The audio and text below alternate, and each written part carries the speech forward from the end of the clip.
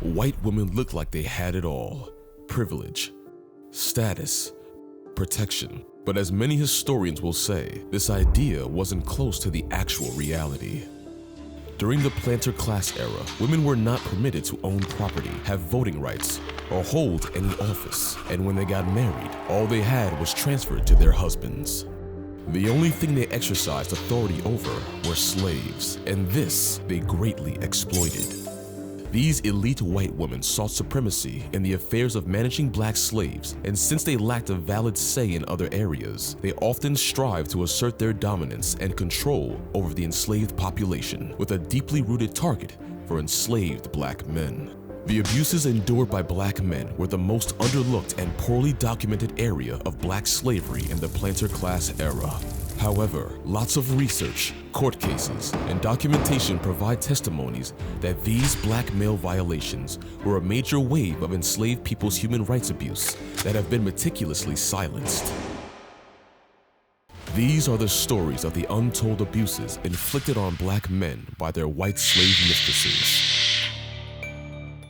Back in the 1800s, the world was a far different place than it is today. That period in history is commonly referred to as the antebellum era. Antebellum, which is a Latin word meaning before the war, describes a historical timeline that existed between the period of the end of the war in 1812 to the start of the American Civil War in 1861. This era was relevantly marked by the prevalence of slavery and the continuous forceful importation of black people from Africa.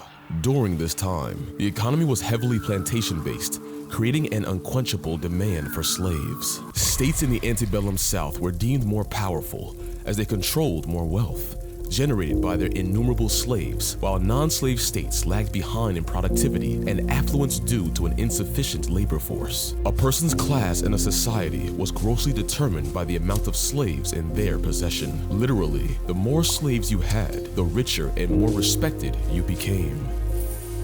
A person who had engaged in southern agriculture and owned at least 20 slaves was qualified as a member of the planter class. This class of individuals owned everything within the region: slaves, political rights, the economy, everything. They were devoted to the production and export of cash crops, including tobacco, cotton, coffee, among others. These plantations were operated by the forced labor of slaves, which they legally owned at that time. White women who were married or associated with families of this caliber were referred to as planter class women. Men of this statute, wielding substantial influence in society, they were involved in major decision-making, political activities, international dealings, and power shuffles. Their wives were nothing more than properties, because aside from the status and protection they gained from their husbands, they played very inactive roles in controlling their very own society. The planter class women were bound by societal expectations of femininity.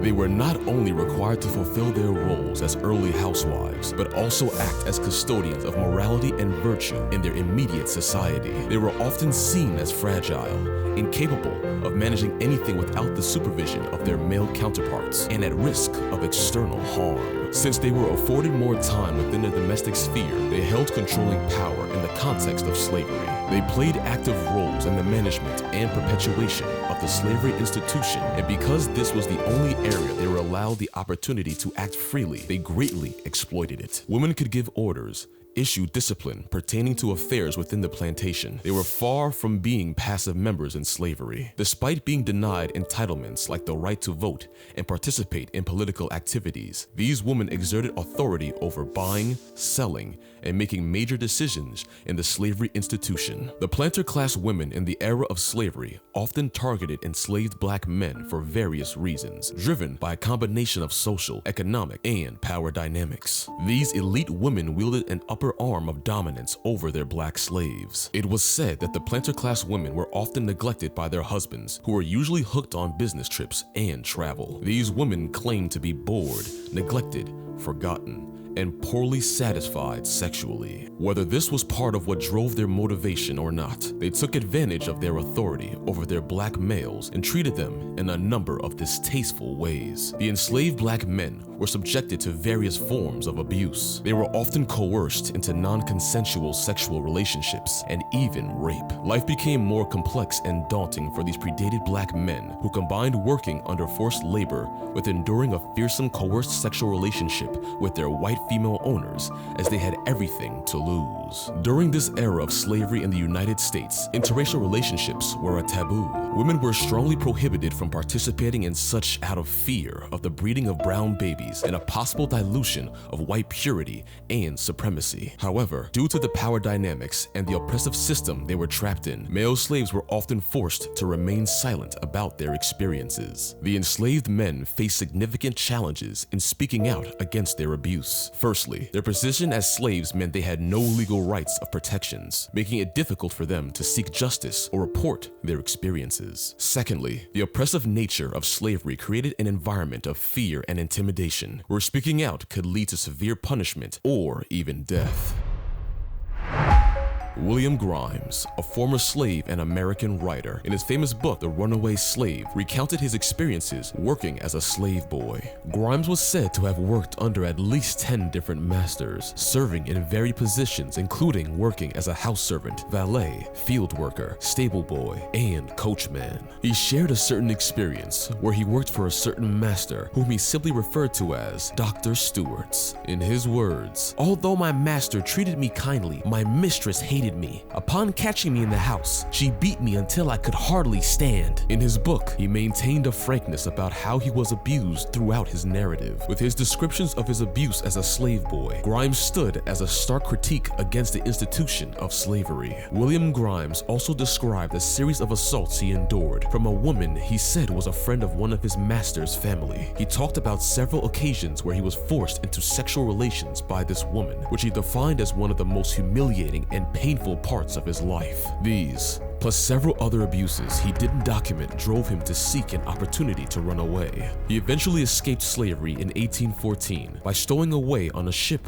bound for New York. Additionally, the sexual abuse or exploitation of enslaved black men by planter-class women was propagated to reinforce white supremacy and maintain racial control. By exerting sexual dominance over black men, they perpetuated the notion of white superiority and reinforced racial hierarchies. It was a way for these women to exert their power and assert control over the bodies of enslaved individuals. In some other accounts, the planter-class women were said to have engaged in such behavior out of a desire for personal pleasure or as a means of entertainment. The dehumanization of enslaved black men allowed them to be treated as objects for the amusement or satisfaction of their captors. If you know George Washington, you will know he owned a good number of enslaved individuals at his Mount Vernon home, but what most people don't know is that it was his wife, Martha, who dramatically increased the numbers after they got married in 1759. Before the Union, George owned about 18 slaves. Martha, on the other hand, who was one of the richest women in Virginia at the time, had 84 slaves to her name. Stephanie E. Jones Rogers, the popular American historian, was compiling a report on just how many white women owned slaves, and in data studied in parts of 1850 and 1860, it was revealed that 40% of slave owners in the United States were white women. In her words, slave-holding parents usually gave their daughters more enslaved people than land. This means a major form of transferable property during the era was enslaved people, and daughters took top priority in this inheritance. Her book, They Were Her Property, came out in 2019 and was the first extensive study of the role of white women in the slave market system. Jones Rogers discovered and went further to state that white women were actually trained to participate in the business of slave management from a tender age. Their exposure to the slave market does not just begin suddenly in adulthood. It begins in their homes when they are little girls, sometimes infants, when they are given enslaved people as presents. Young white children in plantation management training were taught how to punish and inflict pain on enslaved people, regardless of whether the child was too young to handle that experience or not. There was an account of a woman who was given an enslaved person as her own property when she was just 9 months old. She grew up and was schooled to understand that she possessed unequivocal authority and control over her human property. Practically, it was not just this woman. This was how things were usually done in the planter class era. This continued in the following years. Mothers passed the culture down to their offspring, preserving the white supremacy and continual inhumane treatment of these enslaved people. As adults, white women were already portraying enormous expertise in demonstrating control over a large number of slaves. It was a role they were born for. Their interests drifted from every other form of responsibility, including breastfeeding their own children. This caused them to turn towards enslaved black women, denying them control over their bodies as they were being forced to take responsibility and breastfeed their white enslavers' babies. This act continued for many years, creating a huge demand for the enslaved women who were commonly referred to as wet nurses. One white woman, Jane Pettigrew, once described her repulsion for breastfeeding and how much of a bother it was for her. She stated she had a distaste for breastfeeding because it made her a slave to her own children. Black men were continually victimized, and those who rebelled or resisted sexual advances from their female owners were blackmailed, set up, and blamed for crimes they did not commit. White female fragility was used to defend the notion that women were weak and incapable of committing crimes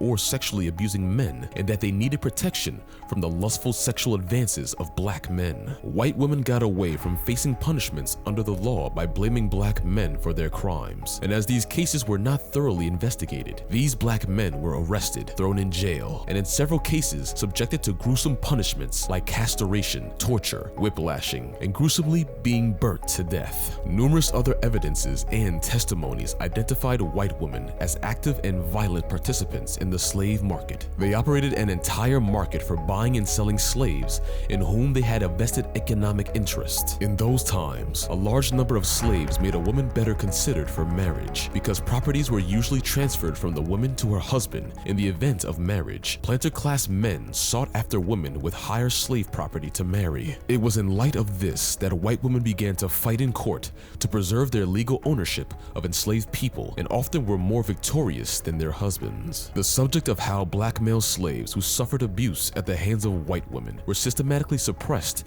and omitted from mainstream historical accounts is illuminated through silenced narratives and resistance. Action was motivated by the need to uphold the carefully crafted image of white femininity and the larger narrative of slavery that placed emphasis on the actions of white male slaveholders. Due to this, the voices of slaves, particularly black male slaves, were frequently ignored or discounted in historical records. Slave narratives that portrayed white women as the offenders were perceived as a threat to the social order at the time because they dared to question the stereotypes of white womanhood and purity. People who speak out or reveal the brutal truths of their lives as slaves risk serious repercussions. Many slave men were reluctant to report the mistreatment they experienced, especially if it involved white women, in order to protect themselves and their loved ones. Furthermore, societal norms and stereotypes surrounding masculinity played a role in silencing the enslaved men. The prevailing belief at the time was that men should be strong, dominant, and in control. Admitting to being a victim of sexual abuse contradicted these ideals and could lead to further social marginalization and mistrust within their communities. The legacy of this sexual abuse during slavery has had lasting impacts on descendants of enslaved men. The silence and lack of acknowledgement of their experiences have contributed to the perpetuation of trauma